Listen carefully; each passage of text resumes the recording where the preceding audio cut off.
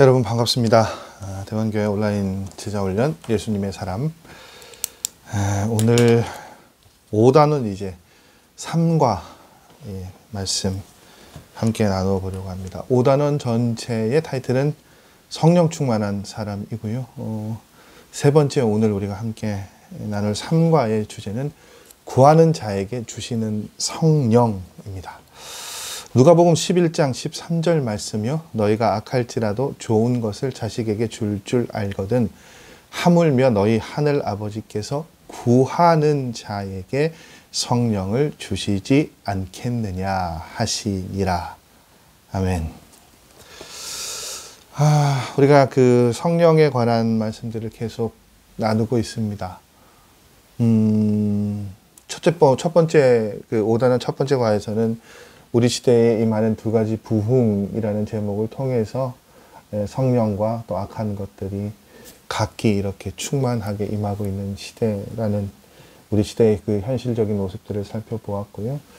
그리고 이제 지난 시간에는 성령의 그 능력에 대한 그 약속의 말씀들을 살펴보았습니다. 그리고 이제 오늘 세 번째는 구하는 자에게 주시는 성령이라는 그 제목을 통해서 구하는, 죄송합니다. 이게 꽃이 이게 좀 거슬리네요. 이게 막 시든 꽃잎이 거슬려가지고 미리 제가 이걸 좀 정리를 했었어야 되는데, 구하는 자에게 주시는 성령이라는 그 제목을 통해서 이제 그 성령님을 우리가 어떤 마음으로 어떤 자세로 초청할 때 성령께서 우리 안에 들어오셔서 그 능력을 우리가 살아갈 수 있을지 그것에 관한 이야기들을 나누어 보려고 합니다. 성령에 관해서 저희가 이제 3주째 말씀을 나누고 있는데요. 대전제는 이것인 것 같아요. 여러분, 저도 그렇고 여러분들께서도 우리 모두가 다 성령 충만한 사람이 되기를 원하고요. 성령님께서 우리 안에서 내 안에 들어와 일하시기를 원하고 계십니다. 그러니까 우리는 누구나 다 성령을 충만히 받아야 하죠. 그런데 실질적으로 많은 그리스도인들이 그 성령 충만함을 받지 못하고 성령과 동행하는 삶을 살지 못하고 사실은 답답한 신앙생활을 하고 있어요. 그 신앙생활이 저도 그렇고 여러분들도 그렇고 제가 늘 제 고민을 말씀드리잖아요. 그러니까 목사는 여러분 다른 게 답답한 것 아니에요. 성도님들이 교회를 나오시다 안 나오시는 건 그것도 답답하고 헌금이 줄었다 그것도 답답한 문제인데 사실은 여러분 그건 비본질적인 문제고요. 사실은 제 시선 가운데 늘 제가 걱정하고 염려하는 것은 그러니까 우리 성도님들의 신앙생활이잖아요. 그 생활이 전혀 신앙적이지 못하고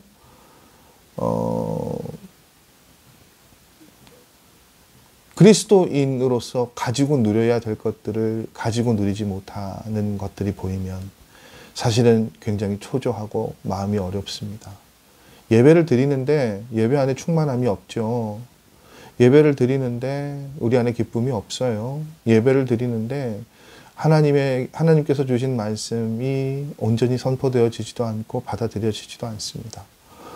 그러니까 예배 드리는 그 순간조차도 우리가 그런 그 삶의 모습이 그냥 일상을 살아가는데 우리가 어떤 그 하나님께서 주신 그 선한 능력으로 살아갈 수 있겠어요? 그런 능력으로 살아가지 못하는 게 뻔히 자명하게 보이잖아요. 그게 사실은 굉장히 고민거리고 두려워지는 부분이고 지점이죠. 성령 충만함을 우리는 다 경험하고 그 성령 충만의 상태로 살아가고 싶은데 그렇지 못하단 말이에요. 그래서 답답한 그런 신앙생활을 하고 있는 경우들이 보입니다. 근데 이제 그런 상황들이 되면 어떤 오해들로 어떤 고백들이 나오는가 하면 이제 제 기도 가운데 그런 거 있죠. 하나님, 저도 성령 충만하게 해주시고 우리 성도님들도 좀 성령 충만하게 해주십시오. 하나님, 이렇게 간절히 원하는데 왜 저에게 이 공동체 안에 성령 충만함의 은혜를 주시지 않습니까? 왜 주시지 않습니까? 이렇게 기도할 때가 있어요. 이렇게 물어볼 때가 있어요. 하나님, 우리 교회에 성령의 충만함의 은혜를 주십시오. 라고 제가 막 그렇게 답답함을 외칠 때도 있어요. 근데 여러분 정말 하나님께서는 모든 그러니까 하나님께서 우리에게 성령 충만함을 주시지 않으실까요? 주시는 것을 원하지 않으실까요? 실행하지 않으실까요? 아니에요.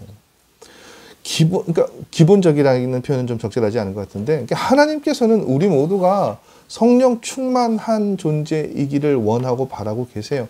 하나님께서 성령 충만을 우리에게 주시기를 그 누구보다 원하신다고요. 그럼 어떻게 하면 우리가 성령 충만을 받을 수 있습니까? 성령 충만이라는 것은 성령의 주권 아래서 되는 일이지만요. 하나님의 말씀을 보면 성령 충만을 위해서 그 성령 충만의 은혜를 누리기 위해서 우리가 해야 할 두 가지 조건이 있다고 해요. 그게 뭐냐? 첫 번째는 뭐냐? 성령 충만의 약속을 믿고 간절히 구해야 된다고요. 오늘 누가복음 11장 13절 말씀, 아까 읽어드렸던 말씀, 어떤 사람에게 성령을 주신다고 말씀하셨어요? 구하는 사람에게요. 구하는 사람에게요. 유기성 목사님이, 저는 이제 이거 말씀 준비하면서 처음 알았는데 부산에서 아마 목회를 하신 적이 있었던 것 같아요. 부산에서 목회를 하시는데, 근데 뭐 거의 그러니까 모든 목사들이 다 갖고 있는 것이지만, 목사님과 성도님들이 함께 성령 충만을 위해서 기도를 하고 있었대요. 그러니까 매 기도 제목마다 그렇게 기도했겠죠. 하나님, 우리 안에 성령 충만함의 은혜를 주십시오. 우리 교회 안에 성령의 역사를 넘치도록 일으켜 주십시오. 그렇게 기도하셨대요. 그렇게 기도하시는 시간들이 보내면서 교회가 변화가 없는 건 아니지만 우리가 느낌이 있잖아요. 지금 성령님께서 우리를 지배하시고 성령님께서 우리의 삶을, 우리 공동체를 이끌어 가신다라는 그 확신이나 느낌이 있어야 되는데 이제 그게 일어나지 않으니까 목사님 계속 답답하셨던 것 같아요. 그래서 간절한 마음으로 그렇게 기도하셨대요. 하나님, 우리 모든 성도님들이 성도가 한 마음으로 그렇게 간구하는데 왜 성령 충만의 은혜를 주시지 않습니까? 앞서 제가 말씀드렸잖아요. 우리가 성령 충만을 누리지 못하면 왜 하나님 주시지 않을까요? 주시지 않습니까? 그렇게 묻는다고 말씀드렸죠. 아마 똑같은 표현이었던 것 같아요. 그렇게 물어보셨어요. 근데 그렇게 기도하시는데 하나님께서 주시는 대답은 뭐냐? 너희가 구하지 않는다라고 말씀하셨다는 거예요. 여러분 참 이거 죄송합니다. 미치고 환장할 노릇 아닙니까? 나는 구한다고 정말 절실하게 원한다고 생각하는데 하나님께서는 그렇게 기도하는 자에게 너희가 구하지 않는다라고 말씀하고 계세요. 분명히 우리 모두는 성령 충만의 은혜를 누리고 싶고 성령 충만의 상태를 경험하고 싶은데 그것을 구하고 있는데 하나님은 아니시라고 하니까 이게 목사님이 이해가 되시지 않았던 거죠. 사실은 저도 여러분 계속 기도하면서 저도 지금 이 말씀을 준비하기 전까지는 그런 마음이 있었거든요. 왜 하나님 우리 안에 성령님의 임재를 경험하지 못하게 하십니까? 왜 성령님이 이끄시는 교회가 되지 않습니까? 우리가 이렇게 간절히 원하는데, 제가 이렇게 간절히 원하는데 왜 성령 하나님께서 제 삶 가운데 들어오지 않으시고 우리 교회 가운데, 우리 모든 성도들 가운데 들어와 주시지 않으셔서 우리가 성령 충만의 은혜를 누리지 못하는 공동체로 살아가게 하십니까? 그런 질문을 계속 드렸단 말이에요. 아마 유기성 목사님도 같은 마음이셨겠죠. 그런데 하나님의 대답은 너희가 그렇게 구하고 있는 사람에게 너희가 구하지 않는다라고 말씀하신단 말이죠. 그 사실은 굉장히 결론을 내리기 어려운 부분이잖아요. 근데 그것을 깨닫게 되는 한 사건이 있으셨대요. 뭔가 하면 아마 90년대 말쯤에 부산에서 목회를 하신 것 같은데 그때 이제 IMF 사태가 터져나가고 IMF 사태가 일어나고 온 나라가 어려우니까 그때는 제 기억에도 그래요. 교회마다 저녁에 특별 기도회를 매일 저녁 하던 교회들이 많이 있었어요. 나라가 너무 어려우니까.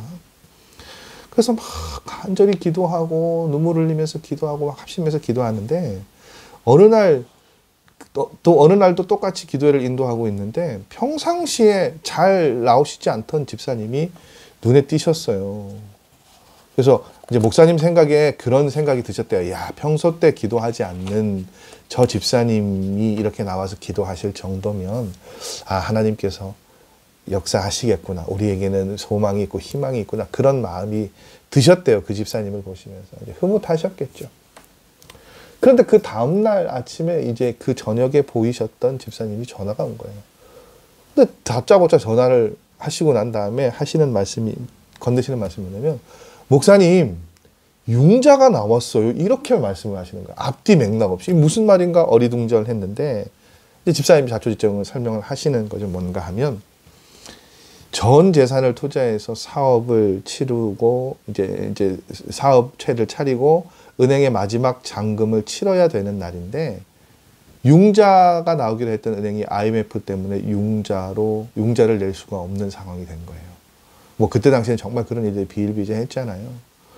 그러니까 여러 은행을 다니면서 이제 이 집사님이 일단 자기 재산은 다 지금 이미 투자한 상태니까 마지막 그 마무리를 할 돈을 구하기가 어려워서 대출을 할 길을 계속 알아보는데 이게 쉽게 되어지지 않았죠.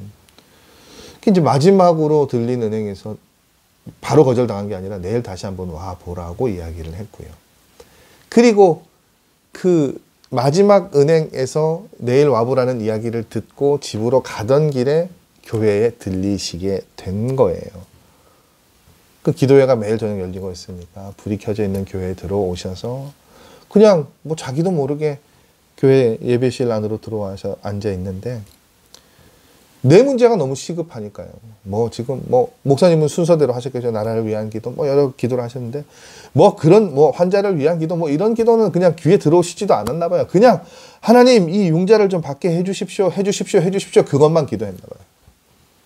근데 놀라운 것은 그 다음 날 융자가 나왔다라고 이제 연락이 온 거예요. 뭐 집사님이 너무 기뻐서 이제 목사님한테 전화를 드린 거예요. 근데 그 이야기를 다 들으시면서 이제 유 목사님이 생각하신 것이 그 집사님의 이야기를 들으면서 문제가 해결되어서 하나님께 감사하기도 했지만 그 집사님이 여러 기도 제목 가운데 그냥 온통 대출만을 위해서 기도했다는 사실 때문에 마음이 조금 씁쓸하기도 하셨대요. 그런 여러 가지 복잡한 감정으로 전화를 끊는데 성령님께서 목사님 마음에 이렇게 말씀하시더래요. 네, 너 이제 구한다는 것이 어떤 것인지 알겠느냐라고 물어보시더래요. 뭐냐면 여러분 이게 무슨 이야기입니까? 만약에 우리 가운데 어떤 사람이 병원에서 암이라는 진단을 받았어요. 그러면 여러분 이분은 기도할 때마다 뭘 기도하겠습니까? 하나님 제 병을 이 암을 고쳐주십시오. 뭐 식사 기도할 때도 암을 고쳐주십시오. 너무 절박하니까요. 그냥 모든 상황 가운데 그렇게 기도할 것 아니에요? 여러분 우리가 성령이 우리 안에 오시기를 이런 마음으로 구할 때 성령이 임하신다고요. 그러니까 결국 뭡니까? 성령의 역사가 없는 것은 우리가 진심으로 성령을 원하지 않기 때문이죠. 그럼 이렇게 반문하실 수도 있어요. 목사님 아닌데요. 성령님께서 함께 하시기를 우리는 원하시는데 저도 원하죠. 아니요. 엄밀하게 말하면 저도 원하고 있는 줄 알았어요. 성령님이 우리 안에 들어오셔서 제 안에 들어오셔서 일하시기를요. 그런데 여러분 성령 충만의 핵심을 우리가 착각할 때가 있죠. 뭡니까? 성령 충만의 가장 핵심적인 것은 예수님께서 우리 마음에 오셔서 우리 안에 예수님이 들어오시는 것. 달리 말씀드려서 예수님께서 우리 안에 계시면서 우리의 삶을 주관하시고 이끌어 주시는 것이 성령 충만의 핵심입니다. 여러분 문제는 우리가 진심으로 예수님이 내 안에 들어오셔서 주님이 되어 주실 것을 갈망하고 있느냐는 거예요. 말뿐이 아니라 정말로요. 왜 이 질문을 드리는가 하면 여러분 우리는 그냥 이걸 굉장히 두루뭉실하게 생각할 수 있는데요. 이렇게 한번 가정을 해보세요. 제가 혼자 살고 있어요. 여기 이 목양실이 뭐 제 공간이라고 제가 사는 주거죠. 혼자 사는 공간이라고 그렇게 생각을 해보죠. 사실은 그런 예를 들 필요 없이 제가 이게 한번 돌려서 이렇게 전체 보여드리고 싶은데 제가 이 촬영을 하는 곳은 탁자가 있는 곳이에요. 그러니까 원래는 제가 부임했을 때 장로님들이 여기서 이제 당회 회의를 하셨어요. 제가 그러자고 말씀을 드렸고요. 그런데 뭐 코로나 때문에 모임이 어려워지기도 했고 이제 누군가 들어오시는 것들이 조심스러워져서 또 교회가 이제 뭐 공간을 좀 만들어 가면서 회의할 수 있는 공간들이 생기니까 이제 장로님들께서 여기서 이제 장로님들과 더 이상 회의를 하지 않고 거의 여기서는 대부분 저 혼자 시간을 보낸단 말이에요. 그런데 이제 가끔 뭐 기도할 일들이 있거나 기도 받으러 오실 일들이 있거나 뭐 그런 일들이 있으면 가끔 들어오세요. 그때가 되면 여러분 제가 굉장히 분주해져요. 뭐냐면 혼자 있으니까 그냥 저 편한 대로 지내다 보니까 뭐 청소는 그래도 뭐 저도 하고 쓰레기통도 제가 비우고 가끔 저희 아내가 뭐 수요 기도회 마치고 주일 마치고 이렇게 바닥도 닦아주고 기본적인 건 하는데 정리 정도는요 사실은 제가 자주 매번 하지는 않아요. 그냥 저 편한 대로. 근데 누군가 오신다 그러면 막 그때는 좀 분주하단 말이죠. 마찬가지. 그러니까 누군가가 오신다고 하면 신경이 쓰이잖아요. 근데 여러분 제가 살고 있는 집에 저 말고 누군가가 같이 들어와서 산다고 한번 생각해 보십시오. 이게 보통 신경 쓰이는 일이 아니거든요. 함부로 행동할 수도 없죠.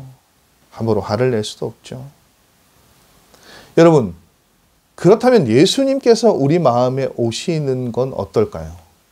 예수님을 정말 마음의 주님으로 모시기를 원한다면 여러분 우리가 성령 충만의 은혜를 구한다는 것이 곧 그런 의미인데 결국 그것은 이퀄 뭔가 하면은요 내 마음대로 살 생각은 내려놓고 포기하는 거예요. 내 감정도 내려놓고요. 내 생각도 내려놓고요. 내 의지대로 사는 것 끝내고 예수님이 기뻐하시는 대로 사는 것. 여러분 이러한 대가를 치른다고 해도 한번 여쭤볼게요. 성령 충만을 구하시겠습니까? 그게 성령 충만인 거예요. 여러분 로버트 멍어가 쓴 내 마음 그리스도의 집 알고 계시죠?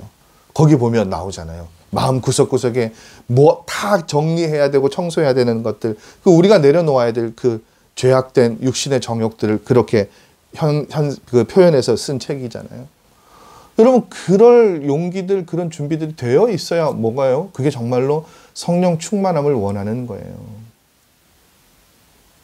그 유기성 목사님의 솔직한 간증이 이어지죠. 신학교 다닐 때 미성년자 관람불가 영화를 처음 봤대요. 좀 심하죠. 저는 이제 신학을 안 했기 때문에 그 유목사님도 그런 거잖아요.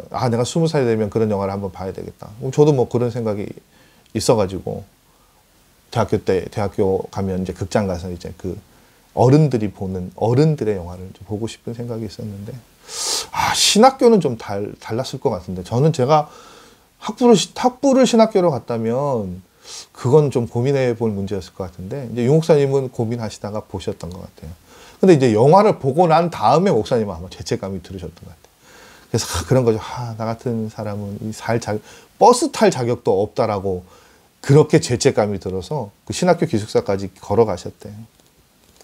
그래도 마음에 이 잘못된 것들에 대한 그 마음들이 사라지지가 않아가지고 이제 학교 체포실에 들어가서 회개 기도를 드렸습니다. 하나님 잘못했습니다. 제가 보지 말아야 될 영화를 본 것 같아요. 회개는 했는데 마음이 영 시원치 않았어요. 하나님께서 그렇게 말씀하시더래요. 너 다시는 그런 영화 보지 않겠다고 약속할 수 있겠느냐. 그렇게 물으시는 것 같더래요. 기도하는데. 근데 이제 문제는 예라고 대답하기가 어려운 거예요. 목사님 이건 정말 정직한 것이죠. 아무리 내가 지금 신학생이고 나중에 목사가 될 것이지만 그런 영화를 전혀 볼 수 없다고 하면 그냥 낙이 없을 것 같았대요. 그래서 1시간 동안 고민하다가 하나님 죄송합니다. 이렇게밖에는 기도하지 못했다고 하시더라고요. 그리고 마지막 이 문장은 제가 있는 그대로 읽어드릴게요. 목사님이 이런 얘기를 하세요. 지금 생각하면 너무 부끄럽고 한심한 일이지만 그것이 그때 당시에 나의 영적인 실상이었습니다. 내 마음에 정말 예수님을 모시고 싶은 생각이 없었기에 성령 충만을 경험할 수 없었던 것입니다. 우리는 입으로 성령 충만을 외치죠. 기도합니다. 그런데 성령 충만이라는 것은요, 많은 사람들이 성령 충만을 갈망한다고 할 때 그 성령 충만의 범주는 뭔가 하면 성령께서 행하시는 은사일 수 있고요, 능력이기도 하고 체험적인 것이죠. 그런데 성령 충만을 구할 때 성령님 그분을 온전하게 구하는 것은 아니라는 거예요. 여러분 방언도 뭐 방언이나 여러 가지 그 은사나 능력이나 체험, 그것을 통해서 뭔가를 얻고 이루고자 하는 것이지, 사실은 그것을 통해 예수님 자신을 우리가 우리 삶에 원하느냐? 그건 아니죠. 체험적인 것들은 차고 넘치고 흐르는데 삶이 전혀 변하지 않는 사람들이 있어요. 여러분 그 이단들도요, 기도원 가면 얼마나 많은 사람들이 방언하고 얼마나 많은 사람들이 체험적인 것들을 보여줍니까? 이적들을 보여주잖아요. 근데 그들의 끝을 한번 보십시오. 실상을 보세요. 그들 안에 예수 그리스도가 있습니까? 하나님이 계세요? 아니죠. 그게 왜 그러냐 하면, 우리가 성령 충만을 이야기할 때도요, 현상적인 것, 능력적인 것, 체험적인 것을 원하지 예수 그리스도, 성령 그 자체를 우리가 원하느냐? 그렇진 않단 말이죠. 여러분, 우리가 성령의 은혜를 구하고서도 실패하고 낙심하고 좌절을 경험하는 이유가 여기 있습니다. 많은 사람이 예수님을 영접했다고 하면서요, 자기 마음대로 살아요. 여전히 내 감정, 내 생각, 내 의지대로 삽니다. 예수님을 외면하고 사는 것이죠.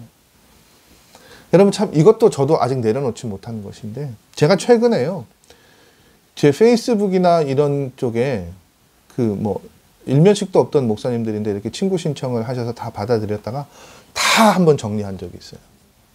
정리한 것의 기준은 딱 한 가지입니다. 뭔가 하면, 이분들 그래요. 자신을 제외한 주변의 목사님들, 주변의 목회자들을 욕하는 일들이 너무 많은 거예요. 자기는 다 옳고 의롭대요. 자기가 하는 일은 다 맞대요. 그런데 다른 목회자들은요, 조금만 실수하면 아니라고 정죄하고, 아니라고 정죄하고. 제가 그걸 보면서 마음이 너무 불편한 거예요. 그러니까 지금 그런 분들도 사실은 제가 품어야 되는 건데, 이게 뭡니까? 전혀 이 그리스도인으로서 성령님과 동행하는 삶이 없는 거예요. 왜냐하면 그렇게 나누고 자르고 하는 그 모든 것들의 중심에 뭐가 있는 거예요? 자기의가 있는 거예요. 내가 살아있는 거예요. 아직 여전히 내 감정대로 하는 거예요. 여전히 내 생각대로 하는 거예요. 여러분이 만일 다른 사람에게 무시당하거나 거절당한 적이 있었다면 어떤 느낌이 드셨어요? 여러분 지금 예수님께서 우리 안에서 그런 일들을 겪고 계신다고 이야기하고 있습니다. 우리가 회개할 것이 많은데 예수님을 무시하고 거절한 것보다 사실 여러분 더 중요한 회개의 제목은 없어요.